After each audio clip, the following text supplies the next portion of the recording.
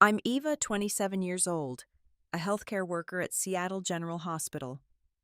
Growing up, my relationship with my parents was complicated, but I still looked forward to our annual family vacation tradition. It meant a lot to me, a chance to reconnect and heal old wounds. When they called saying they couldn't afford to take me this year, I was disappointed but understood. That is until I saw my mom's Facebook post. Let me know where you're watching from and hit that subscribe button if you've ever felt betrayed by the people who should love you most. This story might help you know you're not alone.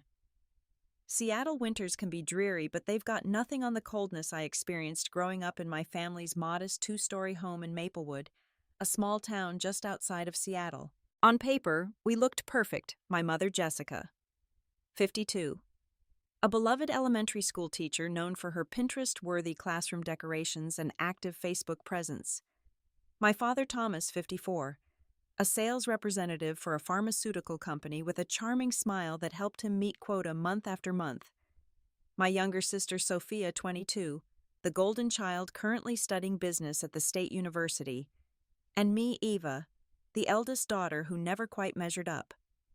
From an early age, I noticed the difference in how my parents treated Sophia and me. When I brought home an A-, my mother would ask why it wasn't an A+. When Sophia brought home a B, there would be celebration dinners and social media posts about how proud they were of her hard work. My achievements were expected. Hers were exceptional. Eva, you need to set a good example for your sister, my father would say whenever I expressed any frustration. As the oldest, you should know better. The weight of those expectations shaped my childhood, turning me into a perfectionist who was never quite perfect enough. Our annual family vacation was the one time I felt like a true part of the family. For 1 week each year, we'd escape to somewhere beautiful. My father would relax, my mother would put down her phone, and sometimes, just sometimes, I'd catch glimpses of the love and approval I so desperately sought. There's a photo from our trip to Yellowstone when I was 12, the four of us standing in front of Old Faithful. My mother has her arm around me and I'm beaming. It's one of the few childhood photos where my smile reaches my eyes.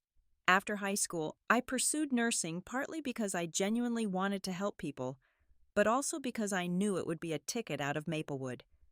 Seattle General Hospital offered me a position immediately after graduation, and I jumped at the opportunity. My own apartment in Capitol Hill, a job where my meticulousness was appreciated rather than expected, and distance from the constant comparison to my sister, it felt like freedom. My parents weren't thrilled when I moved. What about family Sunday dinners?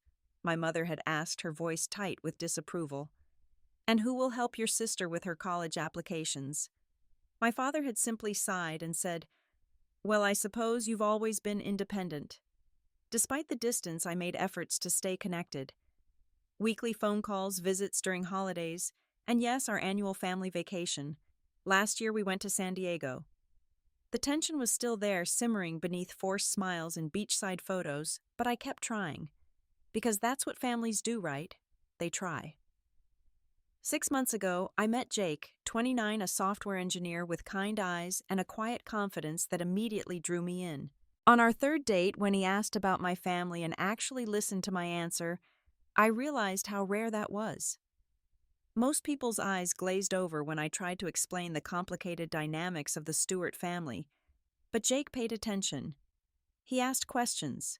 He validated my feelings. It sounds like you've been chasing their approval for a long time, he said one evening as we walked along the waterfront. What would happen if you stopped?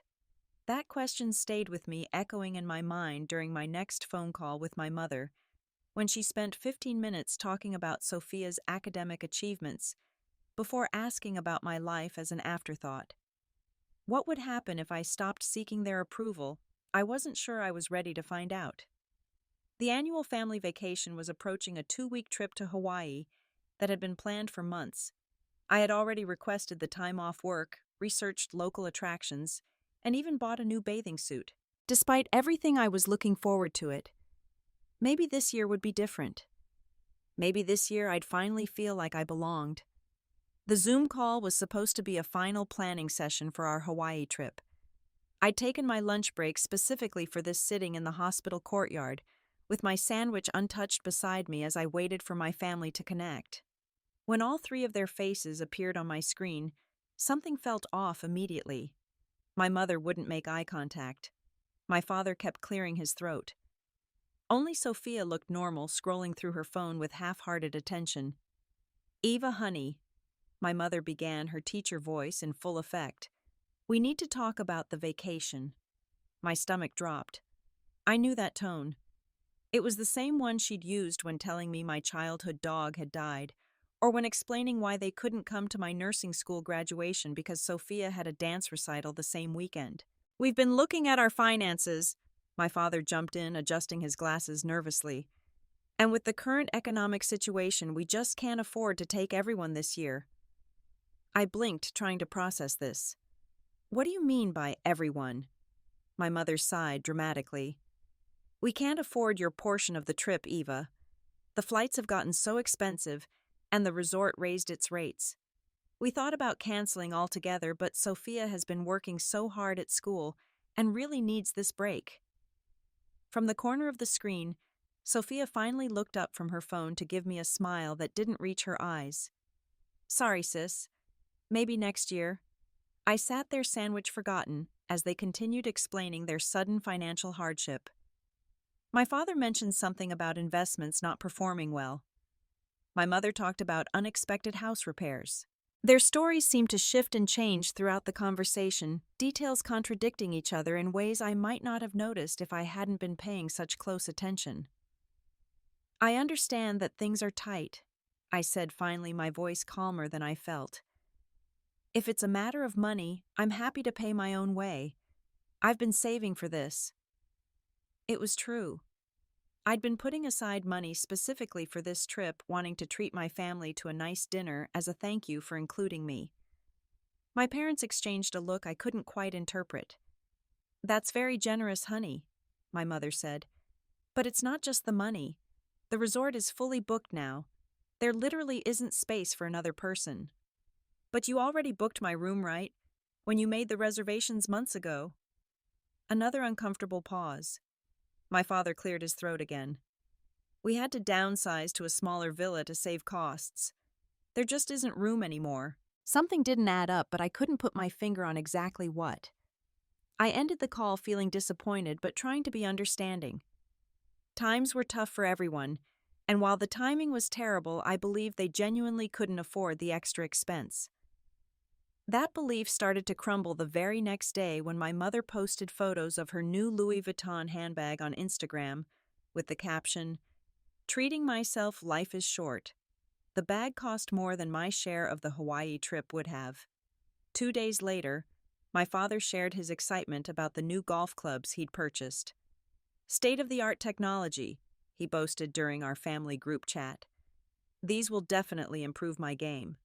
And then came Sophia's excited call about the MacBook Pro our parents had just bought her to help with school.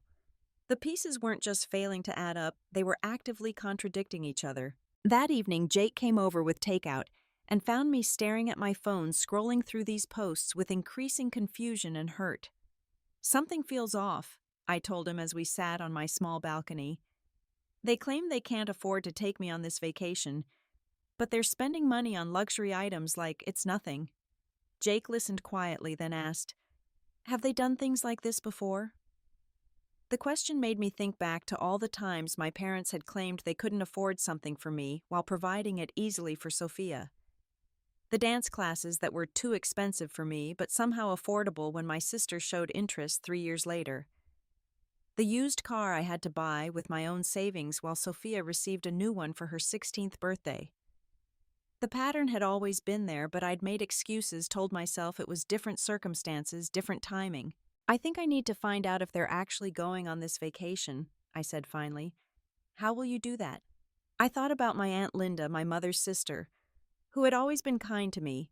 She wasn't close with my parents, but she kept up with family news. I called her the next morning.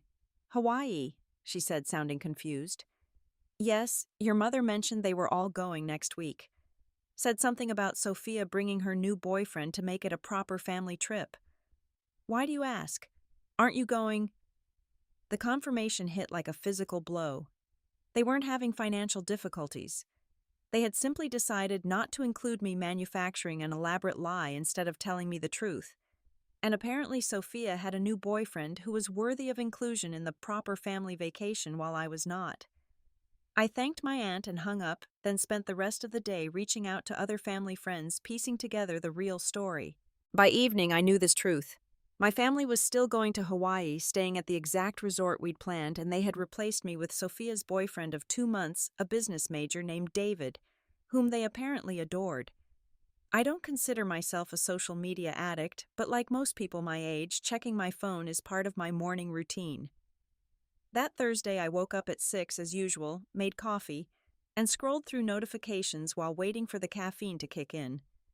Among the usual mix of news alerts and app reminders was a Facebook notification: Jessica Stewart has added new photos to the album, Hawaii 2025, Family Time. My finger hovered over the notification. Part of me wanted to ignore it to protect myself from whatever I might see. But I needed to know the full extent of their deception. The album contained 63 photos uploaded at 2 in the morning my time. They must have just returned to their resort after a night out and decided to share their fun with the world. The first image showed my parents and Sophia standing on a pristine beach, the turquoise ocean stretching behind them. They were tanned and smiling, looking more relaxed than I'd seen them in years. The next few photos showcased the luxury resort with its infinity pools and private cabanas. My mother had tagged the location the Grand Wailea, a 5-star resort on Maui that I knew cost well over $1,000 per night. I continued scrolling with growing numbness until I reached a photo that made my coffee mug slip from my fingers, thankfully landing on the carpet without breaking. The image showed my family at a luau dressed in colorful Hawaiian attire. Next to Sophia stood a tall young man with his arm around her waist. My mother's caption read, "Our family and our dear daughter with her new boyfriend. The family is together. The family is together. Without me." In that moment, it wasn't just the lie that hurt. It was the erasure. In their minds, I wasn't necessary for the family to be together. I was so inconsequential that I could be replaced by someone they'd known for mere weeks, and they saw nothing wrong with declaring this publicly. I zoomed in on the photo, studying the details I might have missed.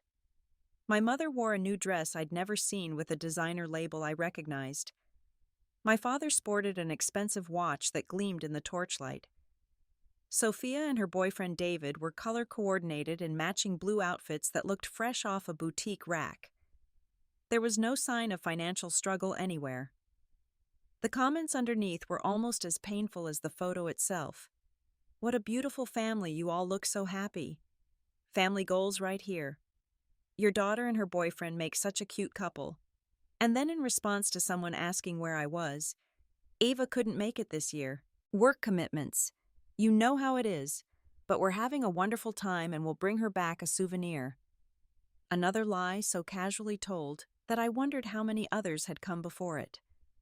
How many times had my mother crafted a more palatable narrative rather than admitting the truth that they had chosen to exclude me? I didn't realize I was crying until a tear splashed onto my phone screen. I wasn't a crier by nature, had prided myself on staying composed even in the most stressful ER shifts, but this betrayal cut deeper than I'd anticipated. I was still sitting there, coffee growing cold, when Jake called. We had plans to meet for breakfast before his work and my evening shift. When I didn't answer, he came directly to my apartment using the key I'd given him last month. He found me staring at my phone, the hurtful photos still displayed. Without a word, he sat beside me and looked at the screen. Then he gently took the phone from my hands, placed it face down on the coffee table, and pulled me into his arms. "I'm so sorry, Eva," he whispered into my hair. "You don't deserve this." Those simple words of validation broke something inside me. I cried, then really cried in a way I hadn't allowed myself to do in years. Jake held me through it, not offering platitudes or solutions, just presence. When I finally calmed down, he made fresh coffee and sat with me while I processed what had happened. Should I confront them? I asked, voice hoarse from crying. Call them out on the lie. Jake considered this carefully. What would that accomplish? Would it make you feel better or just give them a chance to hurt you more? It was a good question. What did I want from a confrontation? An apology.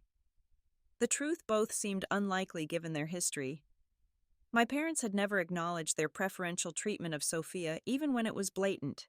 Why would they start now? Still, I needed to understand why. I called my sister that afternoon, catching her between luau and snorkeling trip. To her credit, she answered. Why didn't you tell me the truth? I asked, skipping pleasantries. Why the elaborate lie about money? Sophia sighed, the sound of waves audible in the background. It wasn't my idea, Ava. Mom and Dad thought it would be easier this way.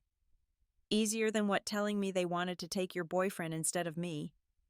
David's family is really well connected, she said, as if that explained everything. His dad plays golf with the dean of my business school. Mom and Dad thought it would be good to get to know him better, and there were only 4 spots in the villa. They could have been honest about that. Could they?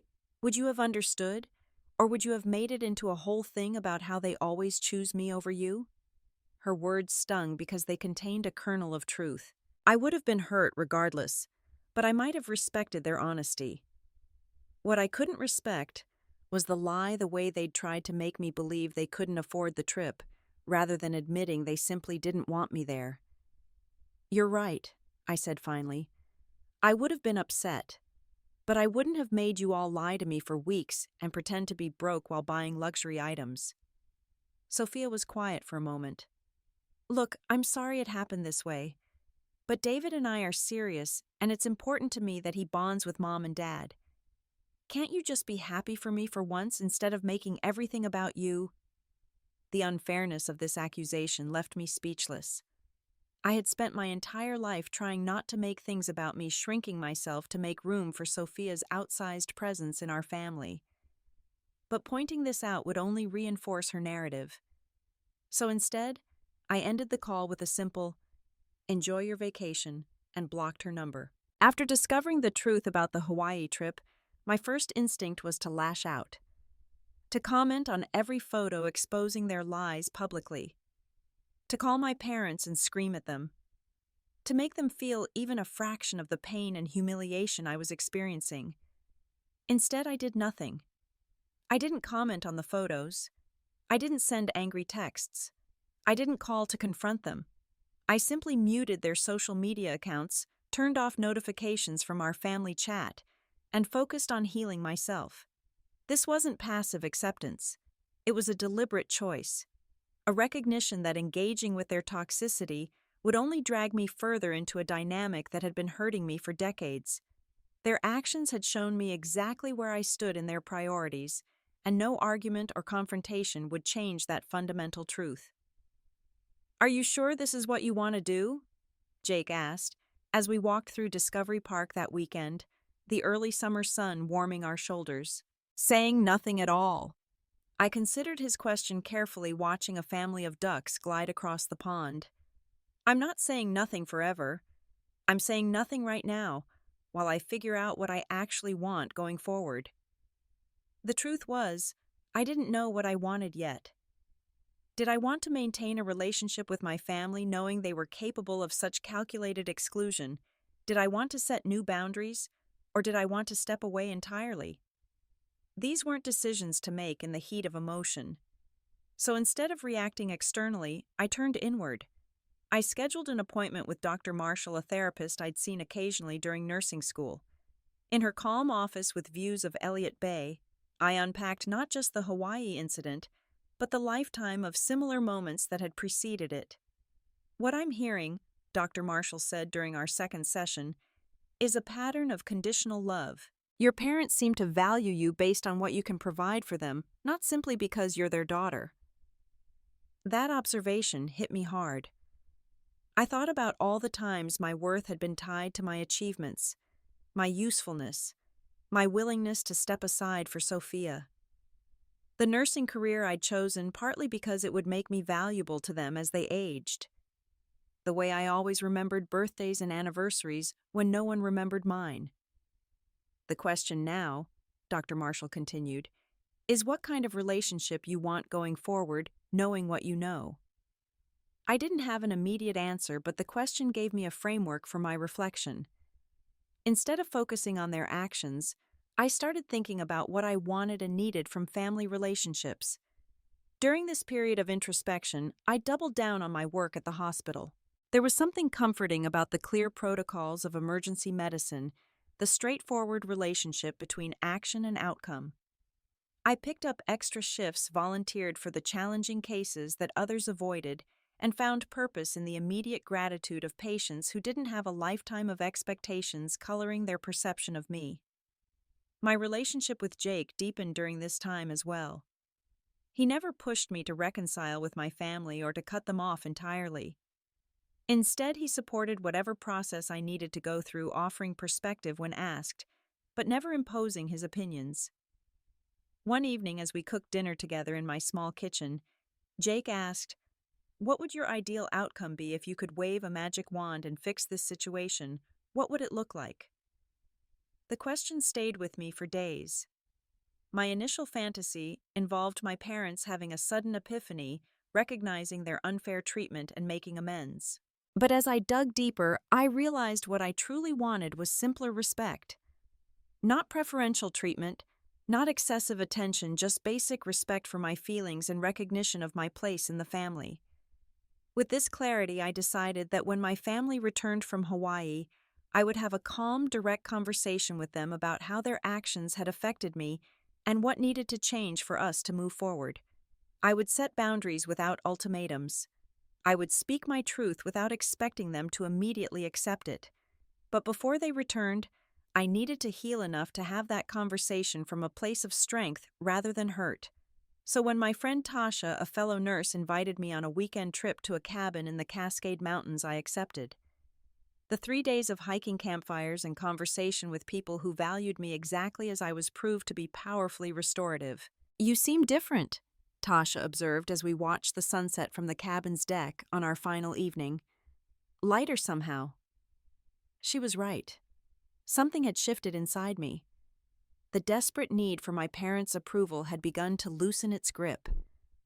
I was starting to recognize that their inability to love me properly was their limitation, not mine. This realization didn't erase the hurt, but it changed how I carried it. In my journal that night, I wrote, "Today I realized I've been trying to earn love that should have been freely given. I've been auditing for a course I was already enrolled in. The problem isn't that I failed to prove my worth. The problem is that I was asked to prove it at all. Moving forward, I will only invest in relationships where my presence is valued, not merely tolerated." When I returned to Seattle, I felt prepared for whatever came next. I had created a script for my conversation with my parents, practiced it with Jake and Dr. Marshall, and set a date to drive to Maplewood the weekend after their return. But my carefully laid plans were about to be derailed in a way I never could have anticipated. The call came at 2:17 in the morning, jolting me from a dreamless sleep. Jake stirred beside me, but didn't wake as I fumbled for my phone in the darkness. The screen showed my mother's name, which was strange in itself. We hadn't spoken since before the Hawaii trip, and she never called this late. "Mom," I answered, instantly alert. Late-night calls rarely brought good news. "Ava." Her voice was tight-controlled in that way that meant she was barely holding it together. "There's been an accident." My nurse training kicked in immediately. "What kind of accident? Is anyone hurt? Do you need medical advice?" "Your father." Now her voice cracked. We were driving back from the airport. A truck ran a red light. He's in surgery now." Despite everything, my heart dropped. Whatever issues I had with my father, I never wanted him physically harmed. "Which hospital I can be there in Seattle Memorial?" She cut me off. "They airlifted him. Multiple broken bones, internal bleeding. The doctors are saying—" She broke down, then her sobs echoing through the phone. "They're saying he needs specialized surgery that our insurance won't fully cover. Eva, we need your help." The irony wasn't lost on me. After excluding me from their family vacation, they were now turning to me in crisis. But this wasn't the time for pointing that out. "I'll be there in 20 minutes. As I dressed quickly in the dark, Jake woke up. "What's happening?" he asked, voice thick with sleep. "My father's been in a serious car accident. He's at Seattle Memorial." I pulled on my shoes, mind racing through possibilities. "I need to go." Jake was immediately fully awake. "I'm coming with you." "You don't have to." "I know I don't have to. I want to." He was already getting dressed. "Whatever you're about to face, you shouldn't face it alone." We made it to the hospital in record time. The emergency department was relatively quiet for a weeknight, the harsh fluorescent lights illuminating a handful of patients waiting to be seen. I approached the desk, introduced myself as a nurse from Seattle General, and asked about my father. The receptionist directed us to the surgical waiting area on the 4th floor. As the elevator climbed, Jake squeezed my hand. "Remember," he said quietly, "you can support your father without forgetting how they treated you." When the doors opened, I immediately spotted my mother and Sophia huddled together on uncomfortable-looking chairs. My mother's perfectly maintained appearance had crumbled. Her makeup was smeared, her designer clothes wrinkled. Sophia's eyes were red and puffy, her face blotchy from crying. Neither of them saw us approach, too absorbed in their whispered conversation. I cleared my throat and they looked up simultaneously. "Ava!" My mother sprang to her feet, rushing toward me with outstretched arms. "Oh, thank goodness you're here. We need you." I allowed her brief hug, but stepped back quickly, maintaining some emotional distance despite the circumstances. "What's happening with Dad? Has there been any update from surgery?" My mother launched into a scattered explanation about collision impacts and surgical procedures that I struggled to follow. Jake gently suggested she sit down, then asked for the name of my father's surgeon so I could get more precise information. Using my hospital credentials, I was able to speak directly with the surgical resident. The news wasn't good, but wasn't catastrophic either. My father had multiple fractures, a ruptured spleen, and some liver damage. The surgery was complex, but standard for trauma cases. The resident seemed confident about his recovery, though it would be long and difficult. When I returned to the waiting area and shared this assessment, my mother's reaction surprised me. "But that's not what Dr. Branson said. He told us Thomas needs this experimental procedure that costs $75,000 out of pocket. He said without it, there could be permanent damage." I frowned. "Dr. Branson?" "The surgeon operating on Dad is Dr. Werner." "No, Dr. Branson is the specialist they called in. He came by while you were talking to that resident. Said there's a new approach that could significantly improve recovery outcomes, but it needs to happen within the next 12 hours, and insurance won't cover experimental procedures." This didn't sound right. I excused myself again and went back to the nurse's station. A quick check of the surgical schedule showed no Dr. Branson with privileges at this hospital, and no additional procedures scheduled for my father beyond the current surgery. When I returned to the waiting area, the confusion in my expression must have been evident because my mother immediately became defensive. "What, you don't believe me?" Her voice rose sharply. "Why would I make this up?" "I'm not saying you're making anything up," I said carefully.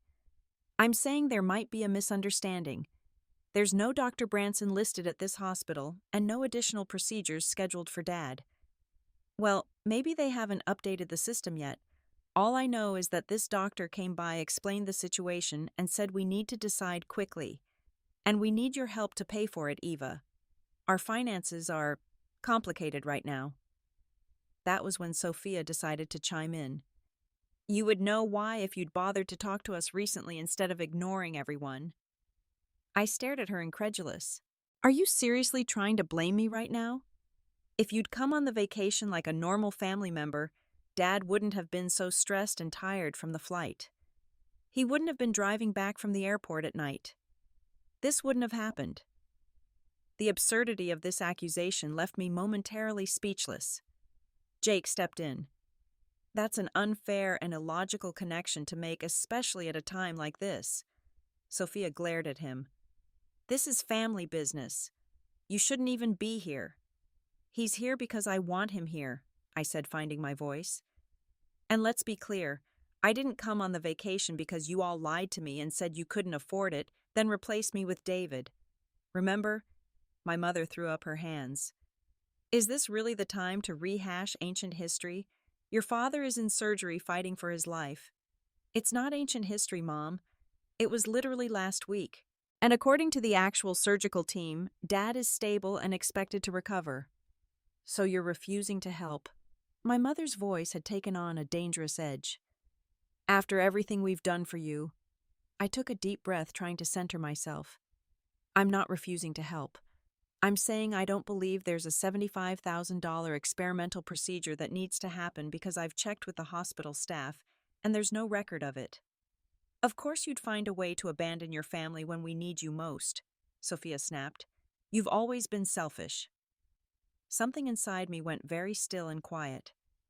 In that moment, I saw with perfect clarity the dynamic that had shaped our family for decades. Even now, with our father in surgery, their priority wasn't his actual medical care, but maintaining their narrative of me as the difficult, uncooperative daughter. I'm going to check on Dad's actual status, I said, my voice calm. Then we can discuss next steps based on facts, not speculation. I walked away, Jake following silently. We found a quiet corner where I could call a colleague at Seattle Memorial who owed me a favor. 20 minutes later, I had confirmation there was no Dr. Branson, no experimental procedure, and no immediate need for any payment. My father's surgery was covered by insurance, and while there would be out-of-pocket costs for his recovery, they would be manageable with a payment plan. They're lying again, I said to Jake, the realization settling heavily in my chest.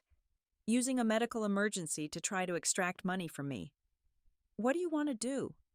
I thought about it carefully. I want to make sure my father receives appropriate medical care. That's my priority right now. The rest I'll deal with once he's stable. We returned to the waiting area where my mother and Sophia were huddled with a young man I recognized from the Hawaii photos as David. He looked uncomfortable, clearly out of his depth in this family drama. I've spoken with Dad's actual medical team, I announced. The surgery is going well, he's expected to recover, and there is no experimental procedure needed. His care is covered by insurance. My mother's face went through a remarkable transformation, shifting from distress to confusion to a kind of calculated anger. Are you calling me a liar in front of everyone when your father is fighting for his life? I'm stating facts based on conversations with the medical professionals responsible for Dad's care. If those facts contradict what you've been saying, that's not my doing. Sophia stood up, fists clenched. You've always been like this, always thinking you know better than everyone else because you're a nurse. Well, guess what? That doesn't make you part of Dad's surgical team. You don't know everything. I kept my voice level. I know enough to recognize when I'm being manipulated. Just like with the Hawaii trip. Oh my God, are you still hung up on that stupid vacation? Sophia rolled her eyes dramatically. Get over yourself. It's not about the vacation. It's about the pattern of dishonesty. Mom and Dad told me they couldn't afford to take me, then spent thousands on luxury items and took you and your boyfriend instead. Now you're telling me Dad needs an experimental procedure that doesn't exist, asking me for money when you just returned from a 5-star resort. Do you see the pattern? My mother stood. Then her face flushed with anger. We needed that vacation. After everything we've been through, we deserved it. And yes, we brought David instead of you because he makes your sister happy and her happiness matters to us. The blunt admission stunned me into silence. Not because it was surprising, but because it was so casually cruel in its honesty. And now, she continued, building momentum. When we genuinely need your help, you're throwing that decision in our faces and refusing to support your family. What kind of daughter does that make you? I looked at her for a long moment, seeing her clearly, perhaps for the first time. It makes me a daughter who finally understands her place in this family. And it's not where I thought it was. I turned to Jake. Would you mind waiting for the surgical update? I need some air.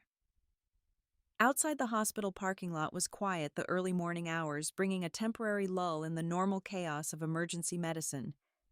I sat on a bench watching the sky lighten almost imperceptibly with the promise of dawn and made my decision. When Dr. Werner emerged from surgery 3 hours later, his update confirmed what I already knew. My father's injuries were serious, but not life-threatening. The surgery had been successful, and while recovery would take months, there was every reason to expect him to regain full function. My mother and Sophia received this news with visible relief, but quickly pivoted back to financial concerns. "The hospital stay alone will bankrupt us," my mother fretted loud enough for everyone in the waiting room to hear. "And physical therapy costs are astronomical. Not to mention, we'll need to make the house accessible while he recovers. Eva, we're going to need your help." I had spent the past hours thinking, processing, and coming to terms with what needed to happen next. Now I felt strangely calm. "I've thought about this carefully," I said, looking my mother directly in the eyes. "I'm willing to help ensure Dad receives appropriate medical care, but I won't be giving you any money directly." "What is that supposed to mean?" she demanded. "It means I'll speak with the hospital financial services about setting up a payment plan for Dad's treatment. I'll contribute to that plan, but I won't hand over cash to you or Sophia for unverified expenses." "You don't trust us," she said flatly. "No," I agreed. "I don't. You've lied to me repeatedly, most recently about an imaginary specialist and experimental procedure. You've shown that when it comes to money, your words can't be trusted." Sophia stepped forward, eyes blazing. "After everything our parents have done for you, this is how you repay them, by treating them like criminals."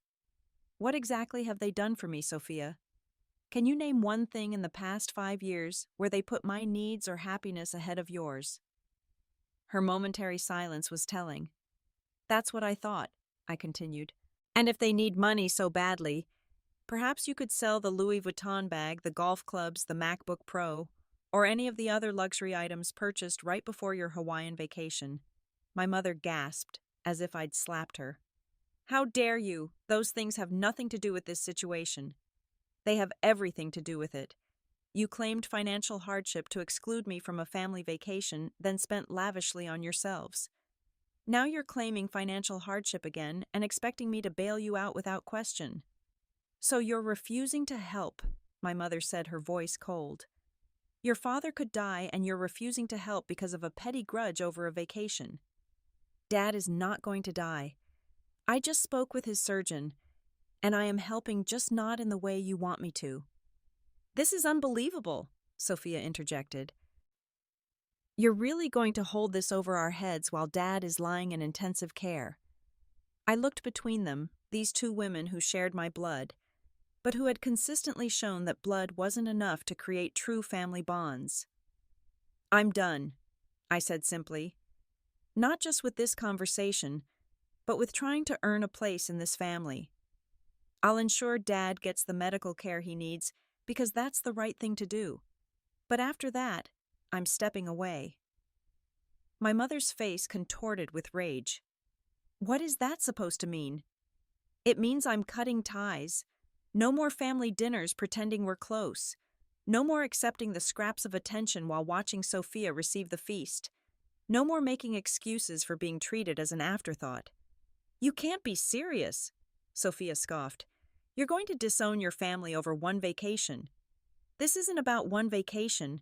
It's about 27 years of being made to feel like I don't belong. The vacation was just the final confirmation of what I've always suspected, that in your minds, I'm not essential to this family." My mother stepped closer, her voice dropping to a harsh whisper. "If you walk away now, don't think you can come crawling back when you realize how much you need us. You won't be welcome." I met her gaze steadily. "That's a risk I'm willing to take." With those words, I felt something shift inside me, not breaking, but settling into place. This wasn't the outcome I would have chosen, but it was the one I could live with. I would ensure my father received proper care, then I would walk away with my dignity intact. Jake and I stayed at the hospital until my father was settled in the ICU. I spoke with the financial services department, arranged for my portion of the medical bills to be paid directly to the hospital, and left my contact information with the nursing staff in case of genuine emergencies. Then we left, ignoring my mother's cold stare and Sophia's dramatic tears. I expected to feel grief as we drove away from the hospital, and there was some. But mostly I felt an unexpected lightness, as if I'd finally put down a burden I'd been carrying for too long. That lightness was about to be tested, however, when 3 days later the hospital called to inform me that my father was awake, stable, and asking to see me alone. I hadn't planned to visit him so soon. Part of me worried it was a trap, another manipulation orchestrated by my mother. But the nurse who called was someone I knew professionally, and she assured me this request came directly from my father without my mother's knowledge. So on a quiet Tuesday afternoon, I found myself standing outside my father's hospital room, gathering courage to face whatever waited inside. The man in the bed barely resembled the confident father I knew. Tubes and monitors surrounded him, his normally robust frame diminished by injury and surgery. His face was bruised, one arm in a cast, his breathing shallow but steady. "Ava," he said when he saw me, his voice weak but clear. "You came. The nurse said you wanted to see me." He nodded slightly, wincing at the movement. "Your mother and sister don't know you're here. I asked them to go home and rest." I sat in the visitor's chair beside his bed, maintaining some distance. "How are you feeling?" "Like I got hit by a truck." He attempted a smile that quickly faded, which is apparently what happened. An awkward silence fell between us. I had no idea why he'd asked to see me, and part of me was still angry enough that I wasn't inclined to make this conversation easier for him. Finally, he spoke again. "I owe you an apology. Many apologies, actually." This was not what I had expected. In my entire life, I couldn't remember my father ever apologizing to me for anything significant. "For what specifically?" I asked, wanting clarity rather than a vague blanket statement. He met my eyes directly. "For letting you be treated as less important than your sister. For not standing up for you when it mattered. For going along with excluding you from the Hawaii trip." The last admission caught me by surprise. "You knew about that, about the lie?" He nodded slowly. "It was your mother's idea, but I didn't oppose it. I told myself it was easier that way, less confrontational. But the truth is, I was a coward. I've always been a coward when it comes to standing up to your mother." "Why are you telling me this now?" He gestured weakly at his surroundings. "Nothing like a near-death experience to clarify your regrets. And letting you be pushed aside all these years, that's my biggest regret." I wasn't ready to forgive him, wasn't even sure I believed this sudden insight. One conversation doesn't erase decades of behavior. "No," he agreed. "It doesn't. I'm not asking for forgiveness, Eva. I don't deserve it. I'm just trying to acknowledge the truth before it's too late." Something in his tone made me believe he was sincere, at least in this moment. "What happens now?" I asked. He sighed, the sound rattling slightly in his chest. "I heard what happened in the waiting room. About you cutting ties. Mom told you, in her own way, full of righteous indignation about her ungrateful daughter abandoning the family in our time of need." He shook his head slightly. "But I know your mother. I could read between the lines. And I think you're right to protect yourself. You've tried for years to be part of this family on their terms, and it's never been reciprocated." He paused. His breathing labored for a moment. "I want you to know that I support your decision, even if it means I don't get to see you anymore." His words brought unexpected tears to my eyes. It was perhaps the first time he had ever fully validated my perspective, acknowledged my pain without qualification. "I don't know what I want long-term," I admitted. "But I know I can't keep pretending everything is fine when it isn't." "You shouldn't have to." He reached for my hand, his movements slow and pained. "Whatever you decide, know that at least one person in this family recognizes the wrong that was done to you." We talked for another hour more honestly than we ever had before. He told me about his own complicated relationship with my mother, how her need for social perfection had driven many of the family's decisions. He admitted to enabling Sophia's entitled behavior out of a misguided attempt to compensate for his own absent father. None of it excused the pain they had caused me, but it helped me understand the dysfunctional dynamics that had shaped our family. As I was preparing to leave, he said something that would stay with me in the months ahead. Family should be where you're most valued, not least. Don't let anyone convince you to accept less than that, even if they share your blood. When I left the hospital that day, I didn't know if this conversation would be a new beginning or a final goodbye, but for the first time in my relationship with my father, I felt seen. 6 months can change everything or nothing at all. In my case, it changed almost everything. After that day in the hospital, I maintained minimal contact with my mother and sister, responding to messages only when they directly concerned my father's health. To their credit, they respected my boundaries, perhaps realizing they had pushed too far. Or perhaps they simply didn't care enough to fight for a relationship they had never truly valued. My father's recovery was slow but steady. 2 months after the accident, he made the decision to move out of the family home and into a small apartment closer to his physical therapy facility. My mother presented this to friends and social media as a temporary arrangement for his recovery, but he confided in me that it was likely permanent. Sometimes it takes nearly dying to realize you've been dead inside for years, he told me during one of our weekly phone calls. I don't want to waste whatever time I have left in a marriage that stopped being real long ago. While my relationship with my father was healing, Jake and I were building something new together. 3 months after the hospital confrontation, we found a 2-bedroom apartment in Ballard, a neighborhood north of downtown Seattle with tree-lined streets and a vibrant farmers market every Sunday.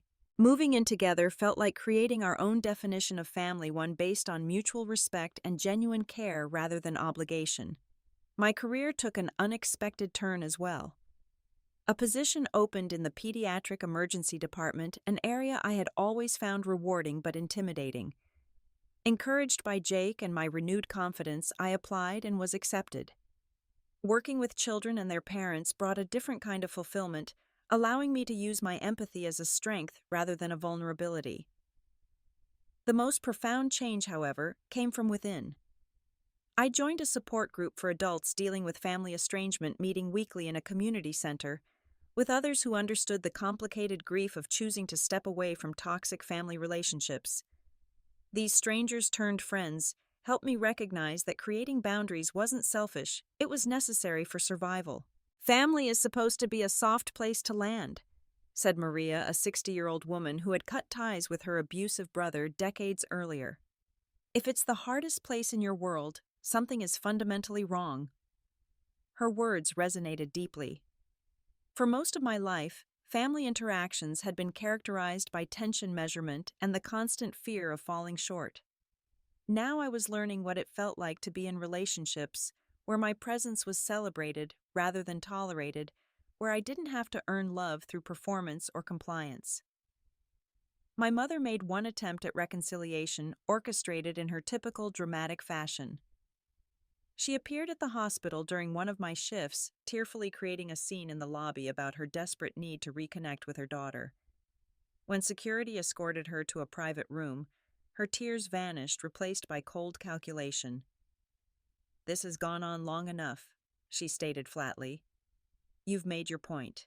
It's time to come back to the family and stop this childish rebellion." "This isn't a rebellion," I replied calmly. "It's a boundary. And the fact that you see it as something to overcome rather than respect tells me nothing has changed." She left angry but apparently enlightened enough to stop further attempts. Sophia, meanwhile, continued her relationship with David, posting elaborately staged photos of their life together that seemed designed to showcase what I was missing by stepping away from the family.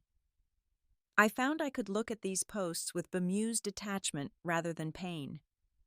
On a crisp October morning, exactly 6 months after the Hawaii vacation that had catalyzed everything, I met my father for coffee at a small bakery near his new apartment. He looked different, thinner from his recovery, but somehow more substantial in his presence. as if shedding the weight of my mother's expectations had allowed his true self to emerge. "I've been thinking about what family really means," he said as we watched fallen leaves dance across the sidewalk outside. "For too long, I accepted your mother's definition appearance achievement status, but that's not it at all." "What is it then?" I asked, genuinely curious about his perspective. He considered this carefully before answering. "I think family is where you're known completely and loved anyway, where your flaws aren't tolerated but embraced as part of what makes you uniquely you." He smiled slightly. "By that definition, Jake is more your family than your mother or sister ever were." I couldn't argue with that assessment.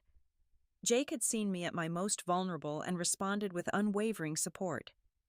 He had never asked me to be smaller, quieter, or different to accommodate his needs. He had created space for me to heal at my own pace without rushing or judging the process. "Are you happy, Ava?" my father asked suddenly. Not just coping or managing, but genuinely happy." The question caught me off guard, but the answer came easily. "Yes. For maybe the first time in my adult life, I am."